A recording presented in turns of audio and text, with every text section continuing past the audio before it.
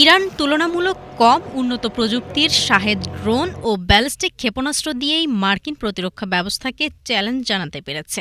বিশ্লেষকরা মনে করেন এই মিশ্র কৌশল চীনের জন্য গুরুত্বপূর্ণ শিক্ষা, কারণ ভবিষ্যৎ যুদ্ধে শুধু উন্নত প্রযুক্তি নয়, সস্তা ও ব্যাপক ব্যবহারের অস্ত্র বড় ভূমিকা রাখতে পারে।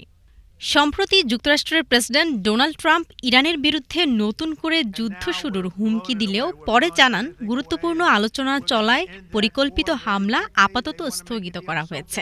তবে সম্ভাব্য নতুন সংঘাতের জন্য প্রস্তুতি নিচ্ছে ইরানও।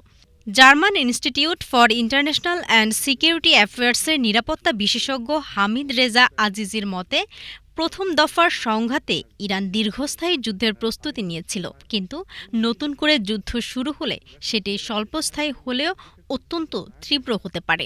তিনি বলেন, ইরান প্রতিদিন কয়েক ডজন থেকে কয়েকশ ক্ষেপণাস্ত্র ছুড়তে পারে, যাতে প্রতিপক্ষের সামরিক হিসাব নিকাশ বদলে যায়। বিশ্লেষকদের মতে, উপসাগরীয় অঞ্চলের তেলক্ষেত্র, শোধনাগার ও বন্দরগুলোতে হামলা চালানো হতে পারে ইরানের সবচেয়ে বড় চাপ তৈরির কৌশলগুলোর একটি। এতে সংযুক্ত আরব আমিরাত, সৌদি আরব ও কুয়েতের মতো দেশও সংঘাতে আরও জড়িয়ে পড়তে পারে। সাম্প্রতিক সময়ে ইরানি কর্মকর্তা ও সরকার ঘনিষ্ঠ বিশ্লেষকেরা সংযুক্ত আরব আমিরাতের বিরুদ্ধে কড়া হুমকিও দিয়েছেন। ইরানের নিরাপত্তা বিশ্লেষক মেহেদি খারাতিয়ান বলেন, প্রয়োজন হলে তারা আবুধাবি দখল করতেও প্রস্তুত।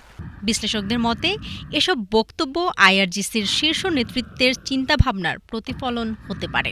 এছাড়াও ইরান বাব আল মানদেব প্রণালীতে চাপ তৈরির চেষ্টা করতে পারে বলেও আশঙ্কা করা হচ্ছে। বিশ্লেষকরা বলছেন, হরমুজ প্রণালীর পাশাপাশি বাব আল মানদেবও চাপ সৃষ্টি করতে পারলে যুক্তরাষ্ট্রকে একসঙ্গে দুটি সামুদ্রিক ফ্রন্ট সামলাতে হতে পারে।